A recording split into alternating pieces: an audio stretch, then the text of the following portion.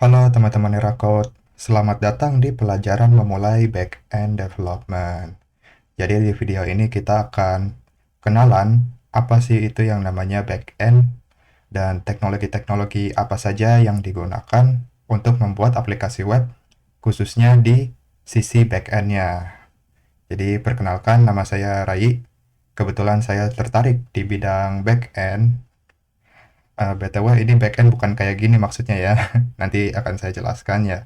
Kebetulan saya ini tertarik di bidang backend. Jadi saya akan menggunakan kesempatan ini untuk berbagi ilmu yang saya miliki. Baik, pertama, apa itu backend? Jadi backend development adalah pengembangan sisi server di balik layar dari aplikasi atau situs web yang berfokus pada basis data, database, server, dan API, memastikan semua fungsionalitas inti berjalan lancar dan aman. Berbeda dengan front-end yang berurusan dengan tampilan yang dilihat pengguna. Oke, jadi untuk teks yang di bold ini kata kunci, ya. Kata-kata yang penting untuk sebuah backend developer. Umumnya, aplikasi web itu terpisah menjadi dua bagian, yaitu front-end dan back-end. Front-end itu bagian penampilan sebuah aplikasi web. Jadi bahasa yang dipakai mungkin kalian ada belajar di pertemuan Harokot sebelumnya ya, itu HTML dan CSS contohnya. Nah, kalau di back-end itu di sisi balik layarnya, contohnya kayak anggap sebuah aplikasi web itu sebuah restoran. Nah, untuk penampilannya itu bagian front-end-nya, penampilan itu pelayannya. Dan untuk back-end-nya itu di dapurnya. Kita kan sebagai uh, pengunjung dari restoran itu nggak masuk ke dapurnya ya. Ya. Jadi contoh dapur dari sebuah website itu kayak gini kelihatannya. Ya, ini sebuah hardware perangkat keras yang fungsinya untuk menyediakan layanan sebuah website lewat internet ya. Jadi setiap kali kita mengakses sebuah website di browser, komputer kita berkomunikasi lewat internet ke perangkat-perangkat seperti ini. Kita menulis sebuah program di backend berarti menulis program untuk server, ya, bukan untuk klien.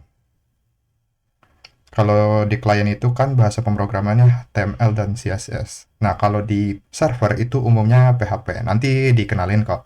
Nah, kita kan nggak punya modal ya buat beli uh, hardware kayak gini. Nah, makanya untuk pengembangan back-end kita pakai localhost dengan aplikasi XAMPP. Nanti bakal dikenalin juga ya soal itu. Jadi ini salah satu komponen paling penting dalam pembuatan aplikasi web, yaitu Database Management System atau disingkatnya DBMS. DBMS adalah perangkat lunak yang berfungsi untuk membuat, mengelola, menyimpan, atau mengambil data dari basis data secara efisien dan terstruktur. Bertindak sebagai perantara antara pengguna atau lebih umumnya aplikasi dan data fisik, memastikan integritas, keamanan, dan kemudahan akses data. Contoh software DBMS adalah MySQL. Nah, berkat MySQL ini kita bisa menggunakan MySQL untuk menyimpan, mengelola, dan mengambil data ya dari aplikasi ke sistem database dengan mudah dan integritasnya udah pasti dan udah pasti aman juga. Nanti kita akan cari tahu bagaimana cara menggunakan MySQL di dalam aplikasi kita. Nah, MySQL itu penyimpanannya tabular modelnya. Maksudnya itu berbentuk seperti tabel. Nah, di dalam sebuah database itu isinya ada satu atau lebih tabel. Sebuah baris di tabel itu kan kita lihat di sini satu baris ada banyak kolom ya. Nah, kalau di dalam terminologi database, satu baris ini kita sebut dengan row atau entry. Nah, kalau kolom itu atribut. ya, atribut atau kolom juga bisa. Nah, kita lihat di sini bagian kirinya, untuk setiap baris dia punya ID yang unik. Setiap baris itu punya ID dan unik, dan ID ini gunanya untuk identifikasi sebuah baris. Nah, kalau kita gunakan nama sebagai identifikasi, kan bisa aja gitu yang namanya sama. Jadi, nama ini tidak baik untuk digunakan sebagai identifikasi baris. Kalau ID itu dalam terminologi database kita sebut dengan primary key.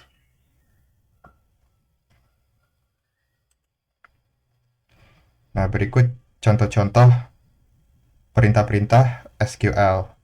Di sini dikategoriin jadi DDL, DML, DCL, TCL, dan DQL.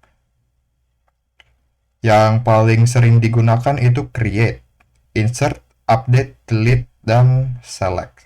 Nah, mungkin drop juga ya untuk hapus. Nah, create itu gunanya untuk membuat database atau tabel. Insert itu untuk memasukkan data ke dalam tabel. Ya. Update itu untuk mengedit data yang ada di tabel. Untuk mengedit sebuah baris lah, karena update ini kan dia gak bisa membuat baris baru. Ya. Jadi bedanya insert dan update, itu update dia cuman bisa mengubah data yang sudah ada. Kalau delete seperti namanya udah kelihatan ya, delete itu fungsinya untuk menghapus data. Nah, kalau select ini fungsinya untuk mengambil data dari database. Dan untuk drop ini dia fungsinya untuk menghapus tabel atau database. Oke.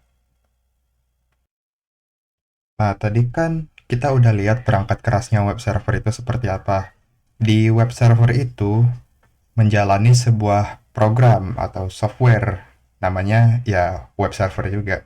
Fungsi software web server ini dia untuk menyimpan, mengelola, dan mengirimkan konten situs web seperti halaman HTML, gambar, dan video ke peramban browser. Ke browser pengguna melalui internet saat ada permintaan. Menjembatani antara situs web dan pengunjung agar bisa diakses. Contoh aplikasi web server paling umum adalah Apache. Apache HTTP Server Project. Nah, jadi alurnya kita akses website itu kayak gini, mulai dari sini ya klien, karena kita itu klien. Kita mengakses sebuah website, masukin link ke browser kita contohnya.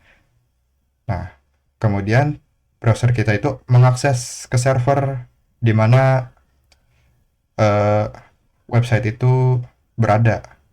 Nah, kemudian server itu memproses dan seringkali dalam bagian prosesnya itu akan menghubungi database juga.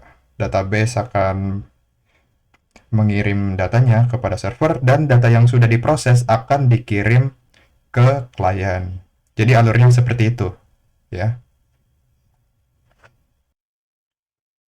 Bahasa pemrograman yang akan kita pelajari yang paling umum untuk belajar memulai pemrograman backend itu adalah PHP.